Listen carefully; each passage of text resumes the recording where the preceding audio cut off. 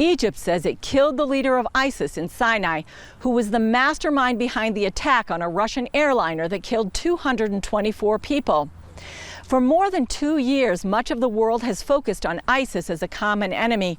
But for Israel, ISIS joins the long list of enemies committed to its destruction. That list includes the Iranian-backed Hezbollah in Lebanon. And as Chris Mitchell reports, this enemy to the north remains Israel's most dangerous foe on its borders. It's happened before, terrorists infiltrating Israel.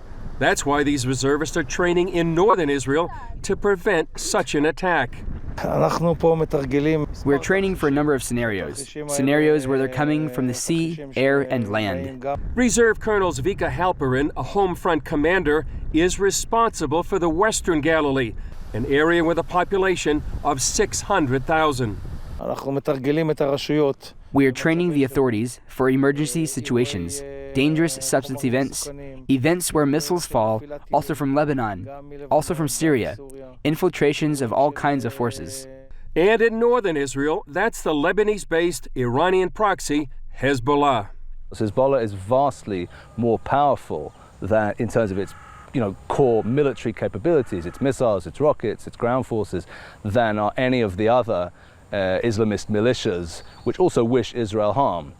So Hezbollah remains by far the main threat. 10 years ago, Hezbollah crossed the border, attacking and killing 10 Israeli soldiers, and holding the bodies of 2 of them hostage for years. The incident sparked a war lasting 34 days. Middle East expert Jonathan Spire fought in a tank unit. He told CBN News Israel wasn't prepared.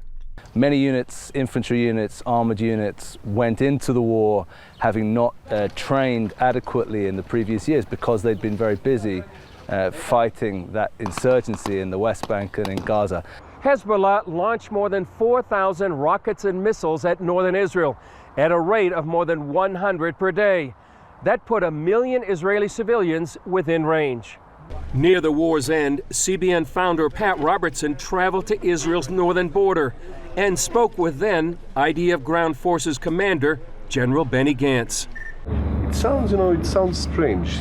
The year 2006, and people still think that they can destroy Israel as a people and as a nation.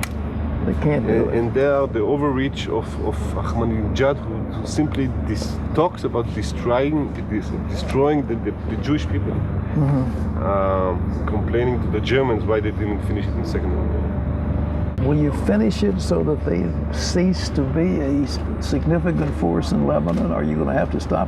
We'll have to consider it operationally speaking. There are 2 issues. One is the political level. They have to decide what they want to do, to coordinate it with the international committee and stuff.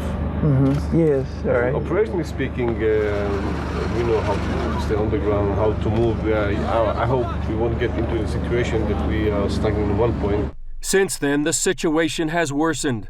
A refortified Hezbollah appears stronger than ever and still wants to finish off Israel. We're talking about over 100,000 missiles that they have in southern Lebanon ready to be launched to Israel. We estimate that in any conflict in the future, 1,500 missiles a day will be launched to Israel. That's a real threat.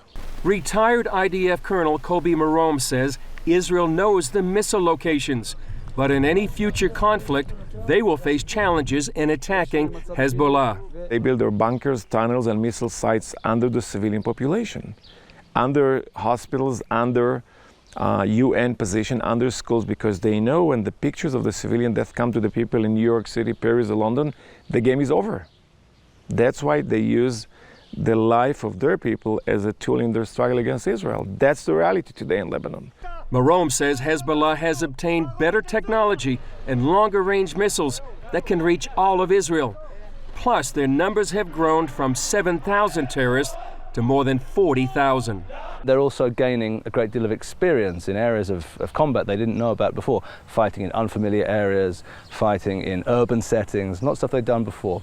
Spire told CBN News that although Hezbollah is stronger, it's distracted by the war in Syria. Well, the thing with Hezbollah is that, of course, they are now bogged down in a very different war, not a war that they ever wanted. That's the war to protect Bashar Assad's regime in Syria. Iran and Hezbollah support Assad because his country helps Iranian weapons make it to Lebanon. The bottom line is, for as long as the Syrian war continues, it is extremely unlikely that Hezbollah will be able to afford itself the luxury, so to speak, of hitting at Israel and opening up a second front against an enemy, vastly more powerful than the Syrian rebels they're currently engaged in fighting against. Spire says, fortunately, Israel is also better prepared. I think Israel is better prepared because I think the army underwent something of a change of focus following the 2006 war, understanding that Hezbollah is an enemy of a different nature, that Hezbollah is the main ground threat to Israel today, and that requires an army, effective and able to respond. And as long as Israel is not fighting in any regional conflicts, Spire says the main goal will be to keep its borders safe and prepared to take on any invaders. Chris Mitchell, CBN News.